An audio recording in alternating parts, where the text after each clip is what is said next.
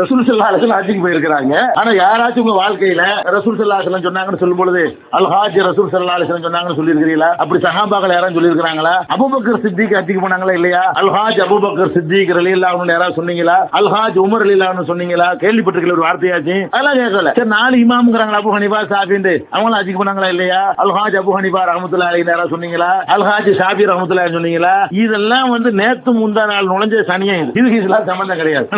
நம்ம சமுதாயத்துல இக்லாஸ் இல்லாம போய் ஹஜ்ஜிங்கிறது அல்லாஹ்வுக்கு செய்யற கடமை, அது பட்டம் கிடையாது. என்னமோ யுனிவர்சிட்டியில பட்டம் வாங்கிட்டு வர்ற மாதிரி அல் ஹாஜ்னு போட்டுக்கிறாங்க. டிகிரி உலகத்துக்கு உள்ளத போட்டுக்கலாம். நான் பிஏ எம்ஏன்னு படிச்சேன்னு சொன்னா அது டிகிரி உலகத்துக்காக படிக்கிறது. அந்த பட்டத்தை படிப்பை போட்டுக்கலாம். ஹஜ்ஜி இபாதத். இபாதத்தை போய் என்ன பட்டம் மாறி அல் ஹாஜ் அல் ஹாஜ் ஒரு ஹஜ்ஜிக்கு வெறும் ஹாஜின்னு சொல்லணுமா? அதுல வேற வியாக்கியானம். 2 ஹஜ்ஜி பண்ணா அல் ஹாஜ்னு சொல்லணுமா? இப்படி எல்லாம் ஒரு இருக்கு. அப்படிலாம் அகராதியில கிடையாது. இந்த மாதிரி எல்லாம் சொல்றாங்க. ஹஜ்ஜிக்கு போனது அல்லாஹ்வுக்காக போயிட்டு வந்தோமா அதோட முடிச்சுக்கணுமே தவிர அது பேர்லயே அல் ஹாஜ்னு போடுறதுன்னா அது முகஸ்துதியா போயிடும். முகஸ்துதி கடுகளவு இருந்தால் கூட அந்த அமல் அல்லாஹ் ஏத்துக்கிற மாட்டான். ரசூல் ஸல்லல்லாஹு அலைஹி சொன்னாங்க, எனக்கு பிறகு நான் உங்கள் விஷயத்துல ரொம்ப பயப்படுறது மனுஷனுக்காக நீங்க வணங்கிடுவீங்கன்னு தான் பயப்படுறேன்.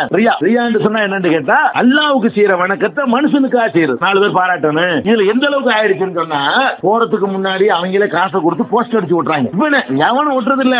ஹஜ்ஜுக்கு போகக்கூடிய அவர் இன்னாரு வருக போக அப்படின்னு சொல்லிட்டு அந்த வழி அனுப்பு விழா வரவேற்பு விழா எல்லாம் போஸ்டர் அடிச்சு இவர் ஹஜ்ஜுக்கு போனாலும் உலகத்துக்குலாம் சொல்றாரு. இது நீ மனுஷன் புகழுக்காக வேண்டி சொல்றது ஆயிரும். ரசூல் ஸல்லல்லாஹு அலைஹி சொல்றாங்க 3 வருஷத்துக்கு எல்லாம் என்ன செய்வான், மறுமையில விசாரிப்பானா. யாரு? ஒரு ஆலிம், மார்க்க அறிஞர். தூக்கி அவனுக்கு அறிவு தந்தன்ல, நீ என்னடா பண்ணன்னு அல்லாஹ் கேட்பான். நான் தான் ஒரு ஊரா போய் பயான் பண்ணல, நல்ல விஷயம் தான் சொன்னேன்ல, அவன் சொல்லுவான். அல்லாஹ் சொல்லுவான், நீ சொன்னதெல்லாம் உண்மைதான், நீ எனக்கு வேண்டிய சொன்ன, அறிஞன் எல்லாரும் பாராட்டணும்னு சொன்னேன், பாராட்டிட்டாங்க, போடா நரகத்துக்குன்றான்ல. அதே மாதிரி இன்னொரு ஆளை கொண்டாந்து என்ன செய்வான், அல்லாஹ் ஒரு செல்வந்தனை கொண்டாந்து கேட்பான், உனக்கு நிறைய பணம் தந்தன்ல, நீ என்ன பண்ணுன? நான் தான் வாரி வாரி கொடுத்தேன் அப்படிமா. வாரி வாரிலாம் கொடுத்தது நஷ்டம், வள்ளல்னு பேர் வாங்க தானே கொடுத்த, வள்ளல் தான் போஸ்ட் விட்டாங்கல்ல, போடா நரகத்துக்குன்றான்ல. அதே மாதிரி உயிரை தியாகம் பண்ணார் பாருங்க ஷஹீது, அவரை கூப்பிட்டு கேட்பான், உனக்கு ஒரு திரகாத்திரமான உடலை கொடுத்தனே, அது மாதிரி ஒரு சந்தர்ப்பத்தை தந்தனே, நீ என்ன பண்ண? உயிரை கொடுத்துருனே, நீ உயிரை கொடுத்து நஷ்டம் எனக்கு வேண்டிய கொடுத்த, வீரன் எல்லாரும் பாராட்டணும் கொடுத்த, வீரன் பாராட்டாங்க, உலகத்துல பாராட்டி விட்டாங்க, உனக்கு கூடி கிடைச்சிருச்சு, போடா நரகத்துக்குன்றான்ல. அப்ப இந்த மாதிரி தான் ஹஜ். எந்த வணக்கமா இருந்தாலும் சரிதான் அல்லாஹ்வுக்குன்னு செய்யணும். இந்த ஹாஜி பொம்பளைகளுக்கு இப்படி ஒரு புது சட்டம் கேள்விப்படுறேன். இந்த மாதிரி தலையில கருப்பு தனி துணி, ஸ்பெஷல் துணி வச்சிருக்காங்களா? அதுக்கு முடி உதிராம இருக்கு, அதுக்காக கட்டுவாங்க.